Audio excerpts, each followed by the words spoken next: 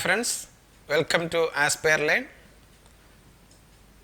10th ക്ലാസ്സിലെ ആദ്യത്തെ പാഠമായ adventures in a banyan tree എന്ന പാഠഭാഗത്തിൻ്റെ മൂന്നാമത്തെ സെഷനിലേക്ക് നമ്മൾ കടക്കുന്നു. കഴിഞ്ഞ രണ്ട് ഭാഗങ്ങളും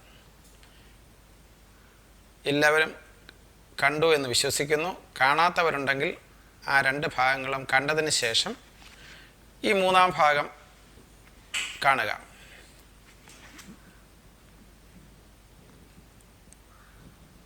പതിമൂന്നാമത്തെ പേജിൽ നമ്മൾ ആദ്യത്തെ രണ്ട് പാരഗ്രാഫ് കഴിഞ്ഞ രണ്ടാമത്തെ സെഷനിൽ പഠിച്ചായിരുന്നു.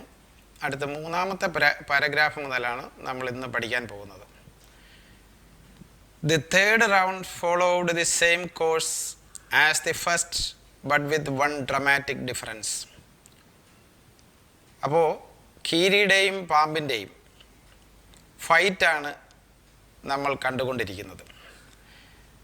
അപ്പോൾ രണ്ട് റൗണ്ട് ഫൈറ്റിംഗ് കഴിഞ്ഞു. മൂന്നാമത്തെ റൗണ്ട് ഫൈറ്റിംഗ് ആണ് നമ്മൾ ഇന്ന് ഡിസ്കസ് ചെയ്യാൻ പോകുന്നത്. മൂന്നാമത്തെ റൗണ്ടും ആദ്യത്തെ റൗണ്ട് പോലെ തന്നെയാണ്, പക്ഷേ there is a dramatic difference. ഒരു നാടകീയമായ വ്യത്യാസം ഈ മൂന്നാമത്തെ റൗണ്ടിനുണ്ട്. The third round followed the same course as the first, but with one dramatic difference. The crow and the myna, still determined to take part in the proceedings, dived at the cobra. ഇവിടെ ഈ കാക്കയും മൈനയും ഈ fight കണ്ടുകൊണ്ടിരിക്കുകയാണ്. ഇടയ്ക്കിടയ്ക്ക് അവർ ഈ പോരാട്ടത്തിൽ അല്ലെങ്കിൽ ഇവർ തമ്മിലുള്ള ഫൈറ്റിൽ പങ്കെടുക്കുകയും ചെയ്തു. ഇപ്പോഴും അവർ ആക്റ്റീവായിട്ട് വളരെ സജീവമായിട്ട് ഈ ഫൈറ്റിൽ പങ്കെടുക്കുന്നു. അങ്ങനെ ക്രോയും കാക്കയും മൈനയും still determined to take part in the proceedings, they dived at the cobra. ഈ മൂർഖൻ്റെ മേൽ ചാടി വീണു ഇവർ രണ്ടുപേരും കൂടെ. But this time they missed each other as well as their mark. പക്ഷേ രണ്ടുപേരുടെയും ലക്ഷ്യം തെറ്റിപ്പോയി. എന്ന് പറഞ്ഞാൽ കോബ്രയെ ശരിക്കും അറ്റാക്ക് ചെയ്യാൻ ഈ മൈനയ്ക്കും കാക്കയ്ക്കും കഴിഞ്ഞില്ല. The myna flew on and reached its perch. മൈന ഉടൻ തന്നെ പറന്ന് അത് നേരത്തെ ഇരുന്ന കാക്ടസ്, ഈ കള്ളി മുൾച്ചെടിയുടെ പുറത്ത് പോയങ്ങിരുന്നു. പെർച്ച് മീൻസ് യഥാർത്ഥത്തിൽ അതിൻ്റെ അർത്ഥം ഇരിപ്പിടം എന്നാണ്. എന്ന് പറഞ്ഞാൽ ഈ മൈന ആദ്യം എവിടെയായിരിക്കുന്നത്? ഈ മുൾച്ചെടിയുടെ കള്ളിമുൾച്ചെടിയുടെ മുകളിലാണ് ഇരുന്നത്. അവിടേക്ക് തിരിച്ച് ദി മൈന ഫ്ലീ ഓൺ, പറന്ന് ആ കള്ളിമുൾച്ചെടിയുടെ മുകളിൽ പോയിരുന്നു. But the crow tried it to pull up in mid air and turn back. എന്നാൽ കാക്ക പെട്ടെന്ന് അല്പം പറന്ന് മുകളിലേക്ക് ഉയർന്നിട്ട് ഈ മൂർഖൻ പാമ്പിന് നേർക്കൊന്ന് തിരിഞ്ഞു. But the crow tried to pull up in mid-air and turn back. In the second that it took him to do this, the cobra whipped his head back and struck with great force. ഇതേ സമയം ഈ cobra എന്ത് ചെയ്തു? മൂർഖൻ പാമ്പ് എന്ത് ചെയ്തു? whipped means ഈ ചാട്ട കൊണ്ടടിക്കുക, അതല്ല ഇവിടുത്തെ അർത്ഥം. ഇവിടെ അടിച്ചു. whipped means അടിച്ചു. Cobra whipped his head back, അതിൻ്റെ തലയുടെ പിൻഭാഗം കൊണ്ട് നമ്മുടെ കാക്കയെ അടിച്ചു. With great force his snout thudding against the crow's body. ഇവിടെ തഡിങ് എന്ന് പറയുന്നൊരു പദം കാണുന്നുണ്ട്. അതിനെ ഇടിക്കുക, മുട്ടുക, ഇതൊക്കെയാണ് എൻ്റെ meaning. Thudding against the crow's body. കാക്കയുടെ പുറത്ത് മൂക്കുകൊണ്ട് ഇടിച്ചു എന്നാണ് പറയുന്നത്. അടുത്ത പാരഗ്രാഫിലേക്ക് പോകാം. I saw the bird flung nearly 20 feet across the garden. ഇടി കൊണ്ട് നമ്മുടെ കാക്ക എന്ത് പറ്റി? ഏകദേശം 20 അടി നീളത്തിൽ ദൂരെ പോയി വീണു. I saw the bird flung. ഇതിനെ വലിച്ചെറിഞ്ഞു എന്നാണ്. ഫ്ലങ് മീൻസ് വലിച്ചെറിഞ്ഞു. കാക്കയെ വലിച്ചെറിഞ്ഞു. ദാറ്റ് മീൻസ് ഇടി കൊണ്ട് കാക്ക ദൂരേക്ക് വീണു, 20 അടിയോളം അകലെ ചെന്ന് വീണു. Nearly 20 feet across the garden, where after fluttering about for a while it lay still. Fluttering എന്ന് പറഞ്ഞാൽ ഇങ്ങനെ ഈ കാക്ക ഈ അറ്റാക്കിനാൽ ഇടികൊണ്ട് കിടന്ന് തുടിക്കുക, അതാണ് അർത്ഥം. ഫ്ലട്ടറിങ് മീൻസ് തുടിക്കുക, വേദന കൊണ്ട് തുടിക്കുക. After fluttering about for a while, കുറേ നേരം ഇങ്ങനെ ചെറുതായിട്ട് ഷിവർ ചെയ്തിട്ട് തുടിച്ചതിന് ശേഷം ഇറ്റ് ലേ സ്റ്റിൽ, പിന്നെ യാതൊരു മൂവ്മെൻറ്റും ഇല്ലാതെ അനക്കവുമില്ലാതെ കാക്ക അവിടെ കിടന്നു. ദി മൈന remind on the cactus plant. ഇതെല്ലാം കണ്ടുകൊണ്ട് മൈന ബുദ്ധിപൂർവം ആ കാക്ടസ് പ്ലാന്റിന് എന്ന് പറഞ്ഞാൽ കള്ളിമുൾച്ചെടിയുടെ മുകളിൽ അങ്ങനെ മിണ്ടാതെ നോക്കിയിരുന്നു. വെരി വൈസ്ലി റീഫ്രൈൻഡ് ഫ്രം, വളരെ ബുദ്ധിയുള്ള മൈന. He wisely refrained from interfering again. Refrained from എന്ന് പറയുന്ന ഒരു ഫ്രേസാണ്. അതിൻ്റെ അർത്ഥം വിട്ട് നിൽക്കുക, വിട്ട് നിൽക്കുക. അപ്പോൾ ഈ ആക്റ്റീവായിട്ട് ഈ ഫൈറ്റിങ്ങിൽ പങ്കെടുക്കാതെ ബുദ്ധിപൂർവം മൈന ഈ പ്രവൃത്തിയിൽ നിന്ന് വിട്ടു നിന്നു. അവിടെ എന്ന് പറഞ്ഞാൽ അർത്ഥം എവിടെയാണോ മൈന ഇരുന്നത് അവിടെ തന്നെ ഇരുന്നു. Very wisely refrained from interfering again. The cobra was weakening, and the mongoose, walking fearlessly up to it, raised himself on his short legs and with lightning snap had the big snake by the snout. ഇവിടെ എന്താ പറയുന്നത്? The cobra was weakening. ഈ സമയത്ത് ഈ ഫൈറ്റിങ്ങിൽ 3 round fighting കഴിഞ്ഞപ്പോൾ cobra എന്ത് ചെയ്തു? ക്ഷീണിച്ചു. അതാണ് വീക്കനിങ്, ക്ഷീണിച്ചു. And the mongoose, കീരിയോ walking fearlessly up to it. പക്ഷേ മംഗൂസിന് ഇപ്പോഴും ഒരു ബുദ്ധിമുട്ടും പ്രയാസവും ഇല്ല. അത് സധൈര്യം ഈ മൂർഖൻ പാമ്പിൻ്റെ അടുത്തേക്ക് നടന്നു നീങ്ങി. എന്നിട്ടോ raised himself on his short legs, കൊച്ചു കാലുകൾ തറയിൽ ഊന്നി ഒരല്പം മുകളിലേക്കൊന്ന് നിവർന്നു. Raised himself on his short legs and with lightning snap. Snap means നല്ല ശബ്ദത്തോടുകൂടി ഒരാളിനെ കടിക്കുക, അതാണ് സ്നാപ്പ്. ഓഡിബിൾ ബൈറ്റ് എന്നാണ് ആ വാക്കിൻ്റെ അർത്ഥം. എന്ന് പറഞ്ഞാൽ വളരെ പെട്ടെന്ന്. ലൈറ്റ്നിങ് എന്ന് പറഞ്ഞാൽ പ്രകാശത്തിൻ്റെ വേഗത്തിൽ. That means quickly the mongoose snapped the snake. ഈ പാമ്പിനെ കടിച്ചു. ദി കോബ്ര റിത്ത്, വേദന കൊണ്ട് പുളഞ്ഞു. പാമ്പ് വേദന കൊണ്ട് പുളഞ്ഞു. Writhed, cobra writhe. And lashed, വേദന കൊണ്ട് പുളയുക എന്നുള്ളതാണ് റിത്ത് എന്നുള്ള വാക്കിൻ്റെ അർത്ഥം. Writhe and lashed means move quickly, പെട്ടെന്ന് ഇഴഞ്ഞു നീങ്ങുക, അതാണ്. Lashed about in a frightening manner, പേടിച്ച് വിറച്ച് ഈ പാമ്പ് വേദന കൊണ്ട് പൊളഞ്ഞൊരൽപ്പം ഫ്രണ്ടിലേക്ക് ഇഴഞ്ഞു നീങ്ങി. ആൻഡ് ഈവൻ, എന്നിട്ട് ഒരൽപ്പം കഴിഞ്ഞ് അതോടൊപ്പം തന്നെ ഈ മംഗൂസിനെ വരിഞ്ഞു മുറുക്കി. മംഗൂസിന് ചുറ്റും കയറി അങ്ങ് വരിഞ്ഞു, എന്താ ഈ പാമ്പ് കയറി ചുറ്റുക, അതാണ്.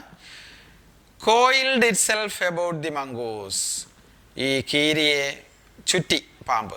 But all to no avail, ഇങ്ങനെ പാമ്പ് കീരിയെ ചുറ്റിയെങ്കിലും ഇറ്റ് വാസ് ഇൻ വെയിൻ, യാതൊരു പ്രയോജനവും അതിനുണ്ടായില്ല. അതാണ് അവിടെ ഒരു വാക്ക് കണ്ടോ നിങ്ങൾ? No avail.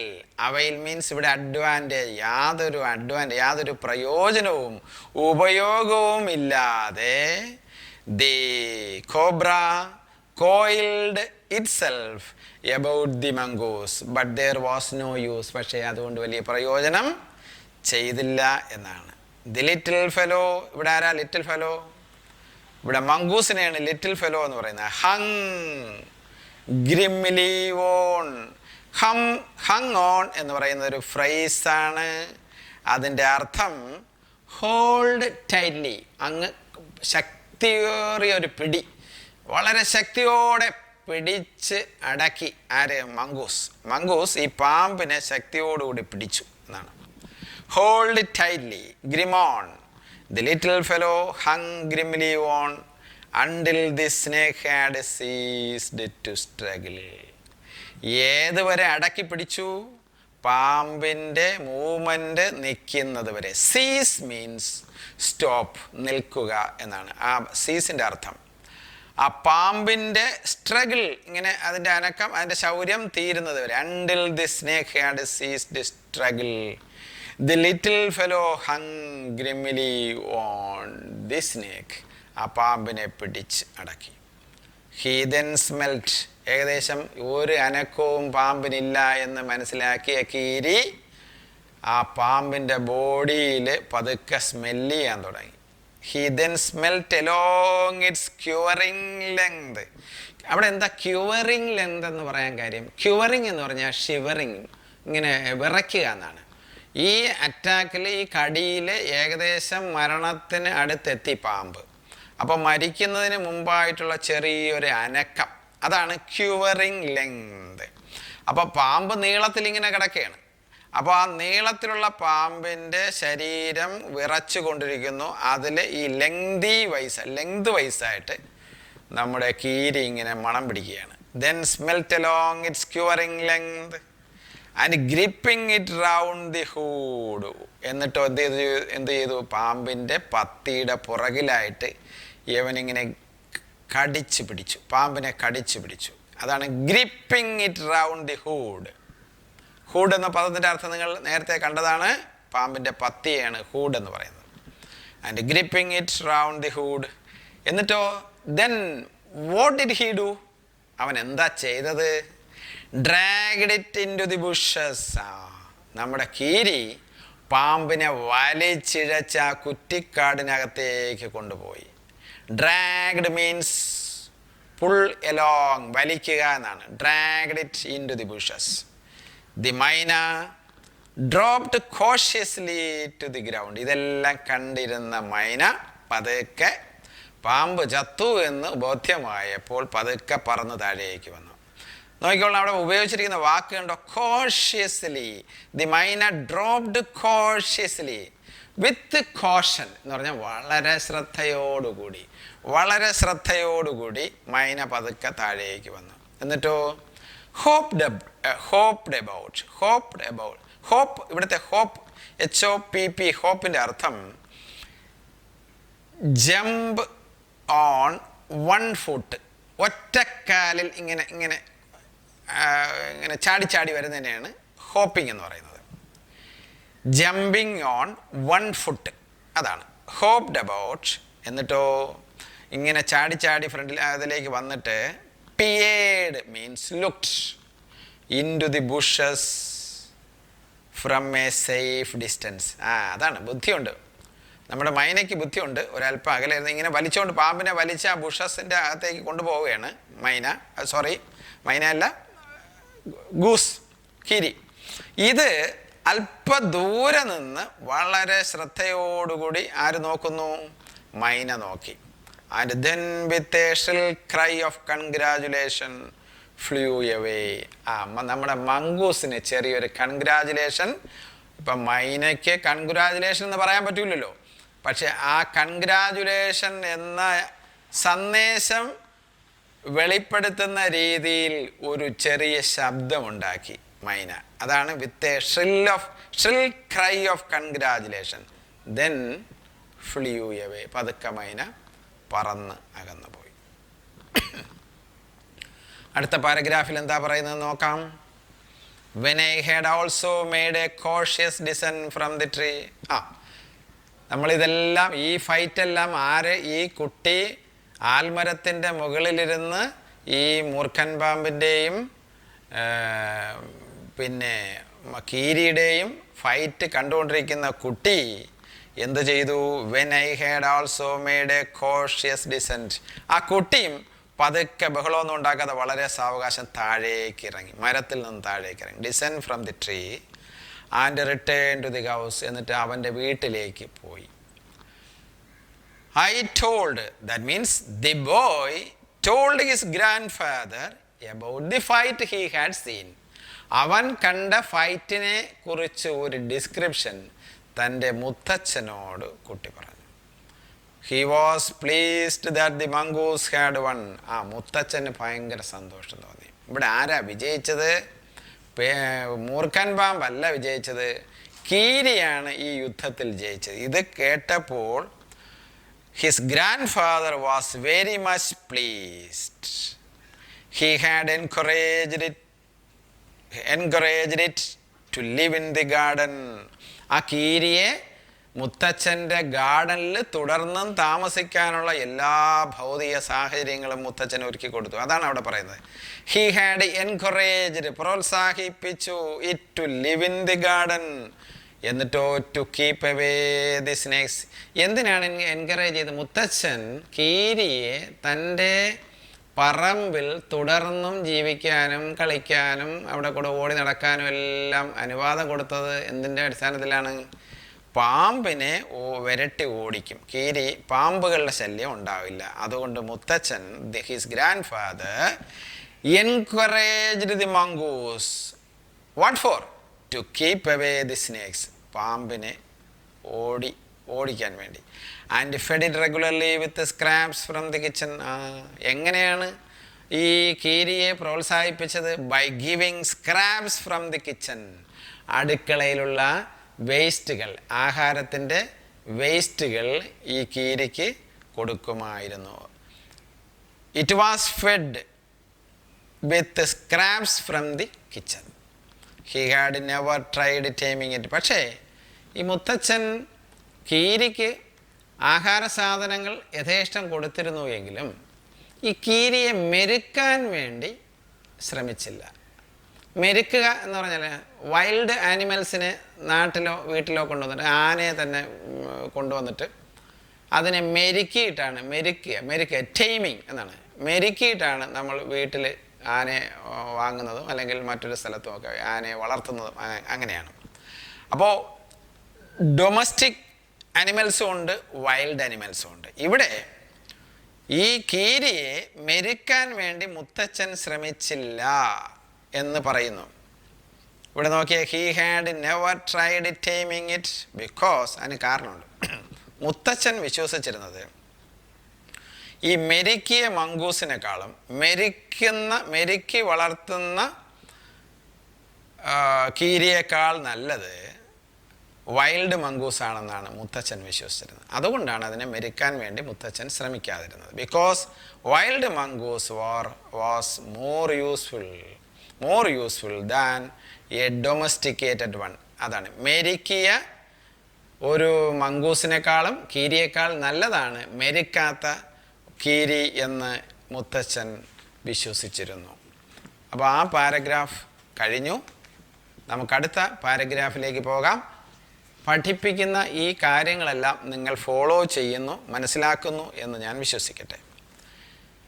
Next paragraph. From the banyan tree, I often saw the mongoose patrolling the four corners of the garden, and once I saw him with an egg in his mouth and knew he had been in the poultry house. From the banyan tree, I often saw the mongoose patrolling.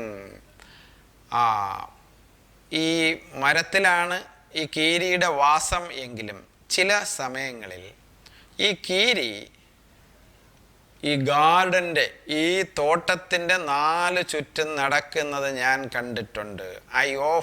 Often means at frequent time, പലപ്പോഴും എന്നാണ് often എന്ന വാക്കിൻ്റെ അർത്ഥം. I often saw the mongoose patrolling the 4 corners of the garden, and once I saw him with an egg.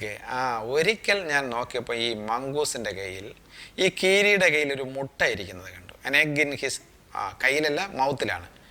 an egg in his mouth and knew he had been in the poultry house. ഈ പക്ഷികളും കോഴികളും കോഴികളെല്ലാം സൂക്ഷിക്കുന്ന ഒരു ഇടത്തെയാണ് നമ്മൾ poultry house എന്ന് പറയുന്നത്. അവിടെ വളർത്തു പക്ഷികൾ ധാരാളമുണ്ട്. അവിടെ കയറുന്നത് ഞാൻ കണ്ടിട്ടുണ്ട്. In his mouth and knew he had been in the poultry house but he had in harmed the birds. പക്ഷേ ഈവൻ കീരി അവിടെ കയറുമെങ്കിലും പക്ഷികൾക്ക് ഉപദ്രവമൊന്നും ഉണ്ടാക്കാറില്ലായിരുന്നു. ഹി ഹാഡ് ഇൻ ഉപദ്രവിക്കുക, harmed the birds. And I knew grandmother would forgive him for stealing as long as he kept the snakes away from the house. അതാണ് ഇവൻ ഈ കീരി അവിടെ ഈ പൗൾട്രി ഹൗസിൽ കയറുമെങ്കിലും എൻ്റെ ഗ്രാൻഡ് മദർ ഇതിനോട് എതിർപ്പൊന്നും പ്രകടിപ്പിച്ചിരുന്നില്ല, അല്ലെങ്കിൽ കീരിയെ വിരട്ടുമായിരുന്നില്ല, വിരട്ടി വിടുക പതിവില്ലായിരുന്നു. ഇവൻ കയറി ചില ചില്ലറ മോഷണങ്ങൾ നടത്തിയിരുന്നുവെങ്കിലും അതിനോട് ക്ഷമിക്കുമായിരുന്നു എൻ്റെ മുത്തശ്ശി. അതാണ് അവിടെ ഫർഗീവ് എന്ന വാക്ക് കണ്ടോ ഉപയോഗിച്ചിരിക്കുന്നത്. Grandmother would forgive him for stealing as low. എന്തുകൊണ്ടാണ്? What is the reason for forgiving him? What is the reason? എന്തുകൊണ്ടാണ് മുത്തശ്ശി അങ്ങനെ ക്ഷമിച്ചിരുന്നത്? Because he will keep away the snakes, the mongoose will keep away the snakes. അതാണ് ഈ പാമ്പുകളെ അവിടെ നിന്ന് വിരട്ടി ഓടിക്കുമായിരുന്നു എന്നുള്ളത് കൊണ്ട് മുത്തശ്ശി ഇവൻ ചില്ലറ ചെറിയ മോഷണങ്ങളൊക്കെ നടത്തിയിരുന്നുവെങ്കിലും മുത്തശ്ശി ക്ഷമിക്കുമായിരുന്നു. would forgive him for stealing as long as he kept the snakes away from the house. Did you understand what I said? Okay, just we can pass on to the next paragraph. The banyan tree was also the setting for what we were to call the strange case of the grey squirrel and the white rat. ഈ ആൽമരം വേറെയും ചില കാര്യങ്ങൾക്കുള്ള പൊതു ഇടമായി മാറി. ഈ grey squirrel, ഈ അണ്ണാനും ഈ white റാറ്റ്സിനും ഇടയ്ക്കിടയ്ക്ക് സംഗമിക്കുവാനുള്ള ഒരു സ്ഥലമായി മാറി ബനിയൻ ട്രീ. ഈ ആൽമരം സെറ്റിംഗ് എന്ന് പറഞ്ഞാൽ പശ്ചാത്തലം എന്നാണ്. ഇവിടുത്തെ അർത്ഥം സംഗമസ്ഥാനം എന്നാണ്. ആരൊക്കെയാണ് അവിടെ സംഗമിക്കുന്നത്? ഒരു സ്ട്രേഞ്ച് കേസ് എന്ന് പറഞ്ഞാൽ ഗ്രേ സ്കുറലും വൈറ്റ് റാറ്റും. ഗ്രേ സ്കുറൽ ഇവിടെ ഉണ്ട്, നേരത്തെ നമ്മുടെ കഥാപാത്രമാണ് ഗ്രേ സ്കുറൽ. പക്ഷേ ഇവിടെ ഒരു വൈറ്റ് റാറ്റ് എന്ന് പറയുന്ന പുതിയൊരു കഥാപാത്രം രംഗപ്രവേശം ചെയ്തിരിക്കുന്നു. ഇവർ തമ്മിലുള്ള കൂടിക്കാഴ്ചയുടെ സ്ഥലം കൂടിയായിരുന്നു ഈ ആൽമരം. ഈ ആൽമരത്തിൽ ഇടയ്ക്കിടയ്ക്ക് ഈ ഗ്രേ സ്കുറലും വൈറ്റ് റാറ്റും സംഗമിച്ചിരുന്നു. The white rat was grandfather's. ഈ വെള്ളലി വൈറ്റ് റാറ്റ് എന്ന് പറഞ്ഞാൽ വെള്ള നിറത്തിലുള്ള എലി, നമ്മൾ ഷോർട്ടായിട്ട് മലയാളത്തിൽ വെള്ളലി എന്ന് വിളിക്കാം. The white rat was grand father. ഇത് ആരുടെ വകയാണ്? എൻ്റെ മുത്തച്ഛൻ്റെ വകയായിരുന്നു ഈ വെള്ളലി. എവിടെന്നാ കിട്ടിയത്? He had bought it from the bazaar for, ചന്തയിൽ മാർക്കറ്റിൽ നിന്ന് വാങ്ങിയതാണ്. ഫോർ അണ, 4 അണയ്ക്ക്. 4 അണ. അണ എന്ന് പറയുന്നത് പുതിയ കാലഘട്ടത്തിലെ കുട്ടികൾക്ക് അറിയാൻ കഴിയില്ല. കാര്യം 1 രൂപയുടെ 16ൽ 1 എന്ന് പറഞ്ഞാൽ 6.25 പൈസ. ഇതാണ് 1 അണ.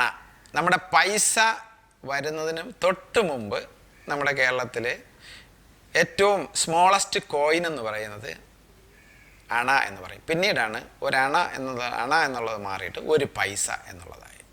1 പൈസ.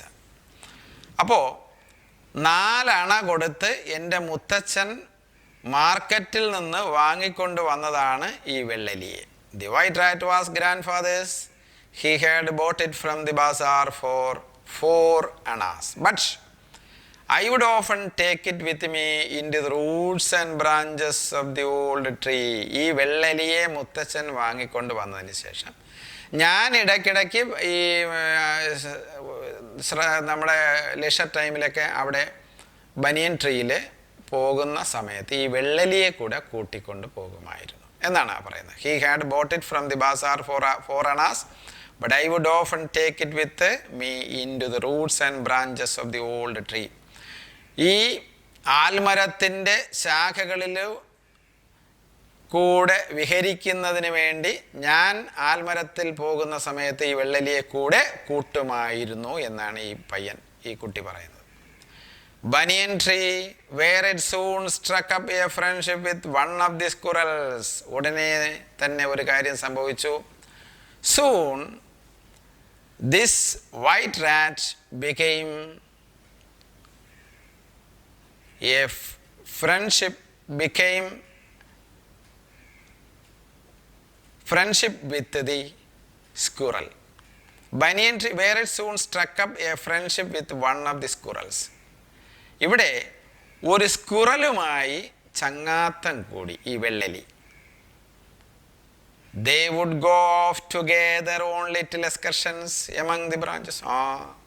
കൂട്ടുകൂടിയതിന് ശേഷം ഇവർ രണ്ടുപേരും കൂടെ ചെറിയ ചെറിയ എക്സ്കർഷന് പോകും. എക്സ്കർഷൻ വേറെ ദൂര സ്ഥലത്തേക്കല്ല, വിശാലമായ വടവൃക്ഷമാണെന്ന് നമ്മൾ ഈ ക്ലാസ്സിൽ ആദ്യത്തെ 1-2 ക്ലാസ്സിൽ വളരെ വിശദമായി ഞാൻ പറഞ്ഞതാണ്. ഈ വലിയ വൃക്ഷത്തിൻ്റെ ശിഖരങ്ങളുടെ പല ഭാഗങ്ങളിലും ചെറിയ ചെറിയ എക്സ്കർഷനായിട്ട് ഈ രണ്ടുപേരും കൂടെ പോകുമായിരുന്നു. They would go off together on little excursions among the branches. ശിഖരങ്ങളിലൂടെ ഒരുമിച്ച് സഞ്ചരിക്കുക പതിവായിരുന്നു. അതാണ് ആ പാരഗ്രാഫിൽ പറയുന്നത്. നെക്സ്റ്റ് പാരഗ്രാഫ് മനസ്സിലാകുന്നുണ്ടോ? പഠിപ്പിക്കുന്നത് മനസ്സിലാകുന്നുണ്ടോ? Then the squirrel started building a nest. Soon a nest was constructed. ഒരു കൂട് നിർമ്മിച്ചു. Then the squirrel, ആരാ കൂട് നിർമ്മിച്ചത്? അണ്ണാൻ. Squirrel started building a nest. ഒരു കൂട് നിർമ്മിക്കുവാൻ വേണ്ടി ആരംഭിച്ചു. At first she tried building it in my pockets. അവിടെ നോക്കിയേ, at first she tried എന്നാണ് പറഞ്ഞത്. അപ്പോൾ അണ്ണാൻ ആരായിരുന്നു? ഒരു പെൺ അണ്ണാനായിരുന്നു. At first she tried building it in my pockets. ആദ്യം കൂട് കൂട്ടാൻ തുടങ്ങിയത് എവിടെയാണ്? നമ്മുടെ ഈ കുട്ടിയുടെ ഷർട്ട് വീട്ടിനകത്ത് കൊണ്ട് തൂക്കിയിടുമ്പോൾ അതിൻ്റെ പോക്കറ്റിലാണ് ആദ്യമായി കൂട് കൂട്ടിയത്. At first she tried building in my pockets. And when I went indoors and changed my clothes, I would find straw and grass falling out. കണ്ടോ? ആദ്യകാലങ്ങളിൽ ഞാൻ ഷർട്ട് എടുക്കുമ്പോൾ എൻ്റെ പോക്കറ്റിൽ നിന്നും വൈക്കോലും പുല്ലുകളുടെ അവശിഷ്ടങ്ങളും താഴേക്ക് വീണിരുന്നു. ദാറ്റ് മീൻസ് അവൻ്റെ പോക്കറ്റിലാണ് ആദ്യമായി കൂട് കൂട്ടി തുടങ്ങിയിരുന്നത്. I would find straw and grass falling out. Then one day grandmother's knitting was missing. കുറച്ച് ദിവസം കഴിഞ്ഞപ്പോൾ മുത്തച്ഛി തച്ചുകൊണ്ടിരുന്ന തുണി കാണാനില്ല. അവിടെ നെറ്റിംഗ് എന്ന് പറയുന്നത് തച്ചുകൊണ്ടിരിക്കുന്ന തുണിയാണ് അവിടെ ഉദ്ദേശിക്കുന്നത്, netting. Then one day grandmother's knitting was missing. കാണാനില്ല, ആ മുത്തച്ഛി തച്ചുകൊണ്ടിരുന്ന തുണി കാണാനില്ല. We hunted for it everywhere. അവിടെ ഹണ്ടഡ് എന്ന് പറഞ്ഞാൽ they searched, അവർ അന്വേഷിച്ചു, ഈ തുണി അന്വേഷിച്ച് നടന്നതാണ്. We hunted for it everywhere. എല്ലാ സ്ഥലത്തും ഈ തുണി അന്വേഷിച്ചു, മുത്തശ്ശിയുടെ തച്ചുകൊണ്ടിരുന്ന തുണി കാണാനില്ല. Everywhere but without success. That means no findings were found out. ഒരു കണ്ടെത്തലുകളും കണ്ടെത്താൻ കഴിഞ്ഞില്ല എന്ന് പറഞ്ഞാൽ the knitting was not seen, found out. അതിനെ കണ്ടെടുക്കാൻ കഴിഞ്ഞില്ല. But without success. Next day I saw something glinting in the hole in the banyan tree. അടുത്ത ദിവസം ഞാൻ ഈ ആൽമരത്തിൻ്റെ ഒരു പൊത്തിൽ, അവിടെ ഒരു ഹോൾ എന്ന പദം ഉപയോഗിച്ചു. In the hole in the banyan tree. നമ്മൾ മരത്തിലെ ഒരു ഹോളിനെ എന്താണ് സാധാരണ പൊത്ത് എന്നാണ് നമ്മൾ പറയുന്നത് മലയാളത്തിൽ. ഒരു ഹോളിൽ എന്തോ തിളങ്ങുന്നത് കണ്ട്. I saw something glinting in the hole in the banyan tree. Going up to investigate. ഞാൻ അതിൻ്റെ അടുത്തേക്ക് പോയി വളരെ വിശദമായി ഒന്ന് നോക്കി. Going up to investigate I saw that it was the end of grandmother's steel knitting needle. ഞാൻ ആദ്യമായി അവിടെ ചെന്ന് ആ പൊത്തിൽ കണ്ടത് എന്താണ്?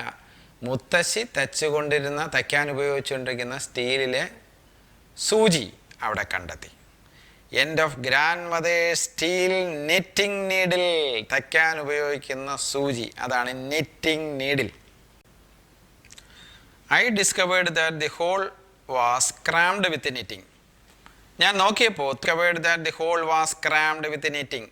ആ ഹോൾ നിറച്ച് തുണികൾ കൊണ്ട് കുത്തി നിറയ്ക്കപ്പെട്ടിരിക്കുന്നു. And amongst the wool were 3 baby squirrels. ആ തുണികൾ അല്പം നീക്കിയപ്പോൾ ഞാൻ കണ്ടത് 3 ബേബി സ്കുറൽസിനെയാണ്, അണ്ണാന്മാരെ 3, all of them white, എല്ലാം വെള്ള നിറത്തിലുള്ള അണ്ണാൻ കുഞ്ഞുങ്ങളെ ഞാൻ കണ്ടു. അപ്പോൾ ആ പാരഗ്രാഫ് കഴിഞ്ഞു. നമുക്ക് ഏറ്റവും അവസാനത്തെ പാരഗ്രാഫിലേക്ക് കടക്കാം. Grand father had never seen white squirrels before. എൻ്റെ മുത്തച്ഛൻ മുമ്പെങ്ങും വെള്ള അണ്ണാന്മാരെ കണ്ടിട്ടില്ല. Grand father had never seen white squirrels before and we gazed at them in wonder. ഞങ്ങൾ വളരെ അതിശയിച്ച് ഇങ്ങനെ നോക്കി നിന്നു എന്നാണ്. With wonder we gazed and we gazed at them in wonder we were puzzled for some time. കുറച്ചു നേരം ഞങ്ങൾ അങ്ങനെ അതിശയിച്ച് നോക്കി നിന്നു. കാര്യം ഈ വെള്ള അണ്ണാന്മാരെ അങ്ങനെ കണ്ടിട്ടില്ല.